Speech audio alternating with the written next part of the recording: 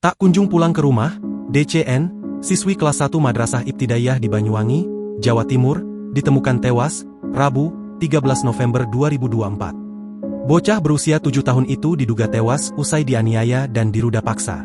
Hal itu berdasarkan tanda-tanda pada tubuh korban saat ditemukan pertama kali. Korban DCN merupakan warga desa Kalibaru Manis, Kecamatan Kalibaru, Banyuwangi. Kapolsek Kalibaru, Ibtu Yaman Adinata mengatakan, kejadian tersebut terungkap saat orang tua korban curiga anaknya tak kunjung pulang setelah lewat jam pulang sekolah, Rabu, 13 November 2024. Di jam tersebut, korban biasanya telah sampai di rumah. Namun saat itu, korban tak kunjung tiba. Kecurigaan itu membuat orang tua korban akhirnya menghubungi guru sekolah sang anak. Guru sekolah pun menjawab korban telah meninggalkan sekolah sejak jam sekolah berakhir.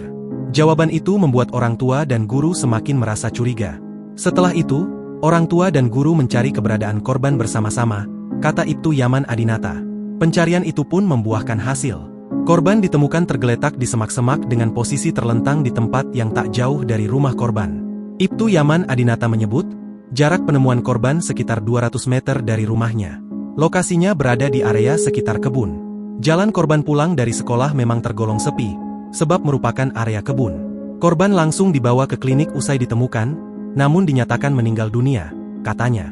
Menurut Ibtu Yaman Adinata, hasil pemeriksaan luar menunjukkan, kuat dugaan korban diruda paksa dan dianiaya.